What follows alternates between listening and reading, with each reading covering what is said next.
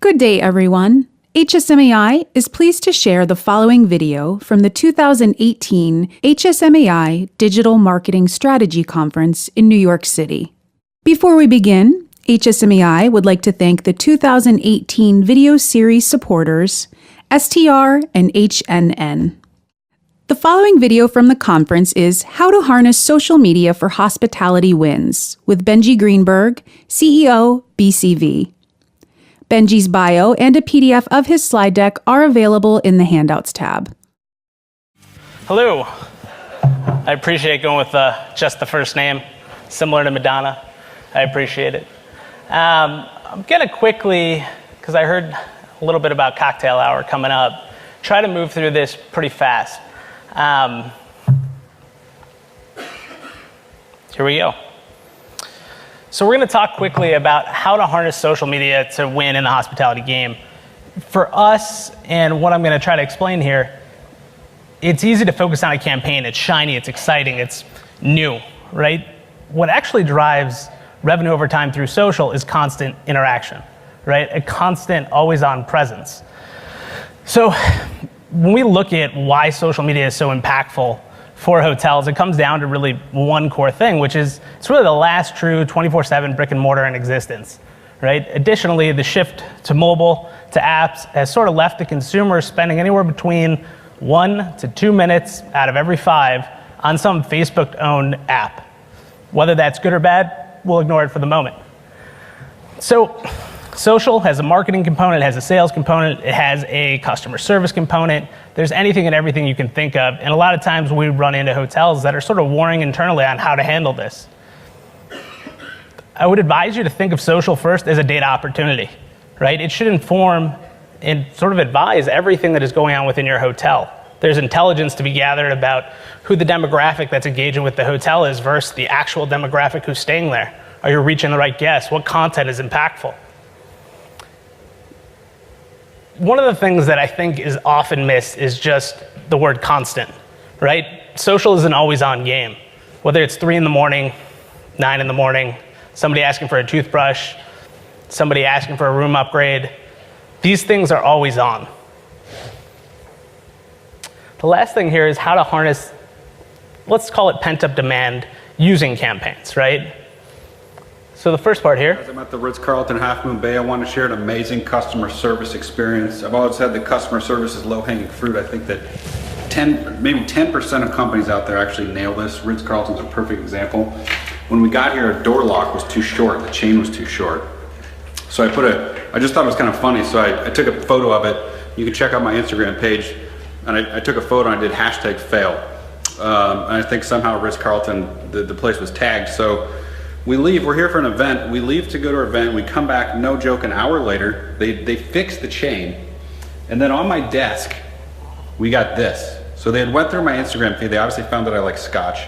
They put a glass of Johnny Walker Black Label and a note and some peanuts. The note said, thanks for the notice about your chain lock, that was a major fail on our part and we're thankful you caught it.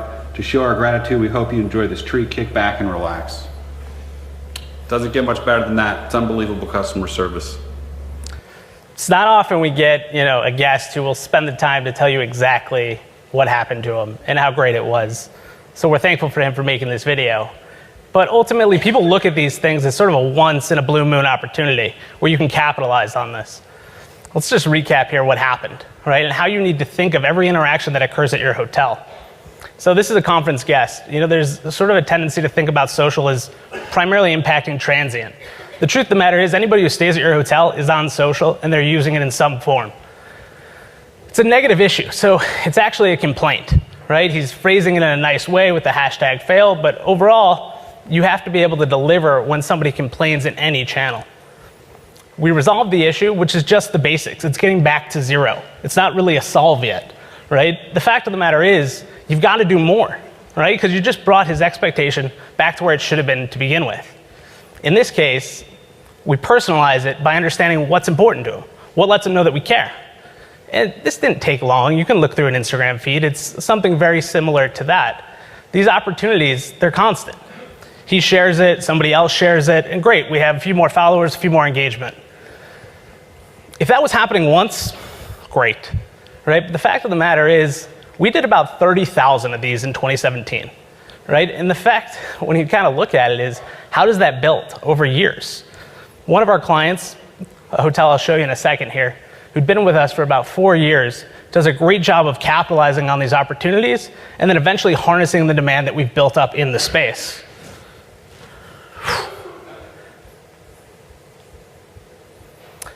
Not going to hit you over the head with it. I think everybody has heard it for the last 5 years. It's table stakes. Somebody asks a question in social, whether it's Facebook Messenger, Twitter, Instagram, it's the things you got to answer.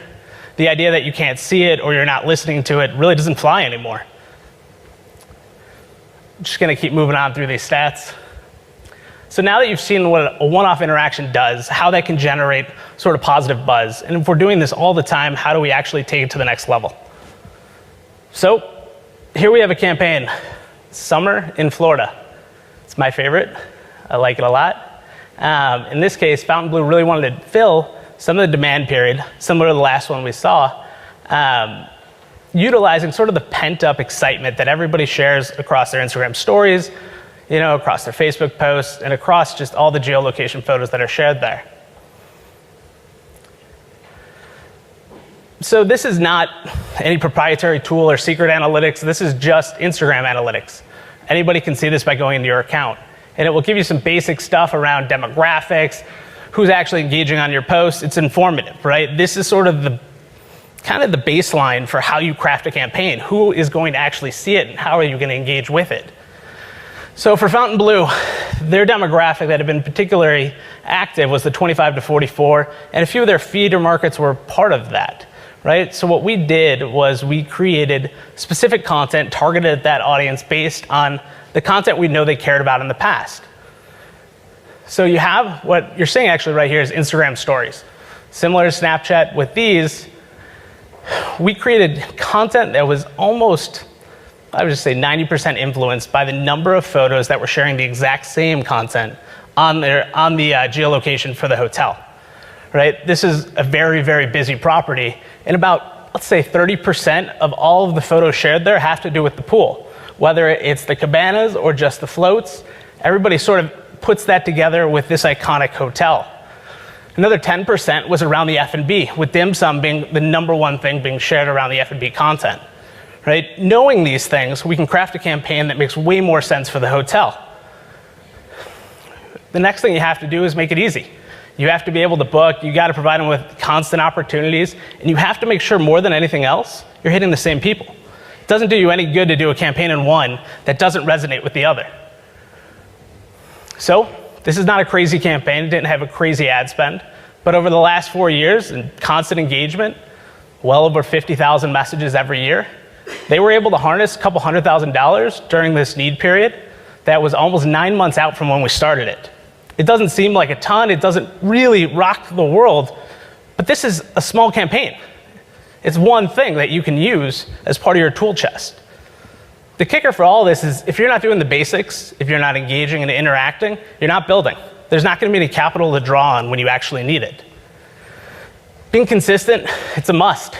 You can't answer a complaint or do a surprise and delight for somebody and the next day just skip it because you don't feel like it. It doesn't work like that. You have to win these opportunities in order to win long term. Utilize campaigns across multiple networks and just build it off the engagement you've already seen. Every campaign that you do on social should come from being informed from that same channel. And lastly, the affinity of what content audiences already like. You can see this across every channel. When they like a post, what was the age range? What was it like? When they share a photo, group them together. Was this the number one thing they take a photo of in your hotel? And then lastly, going back, frictionless, make it easy. If you can't book quickly, if you can't just grab it in the moment when it hits you, it's not going to convert, right? People aren't going to be like, oh, that was exciting. I'm going to go back to that 3 days later, see if any friends want to come with me, and I'll book it. They want to do it in the moment. It has to be easy. Thank you very much. That's the end. Hotel News Now reporters and editors have contributed to these presentations by providing key highlights.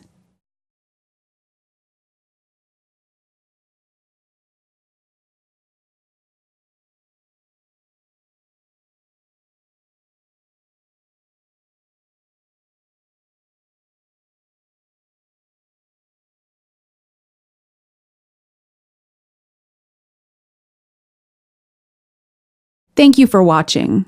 Today's program is copyright 2018 by the Hospitality Sales and Marketing Association International with all rights reserved. This concludes the program.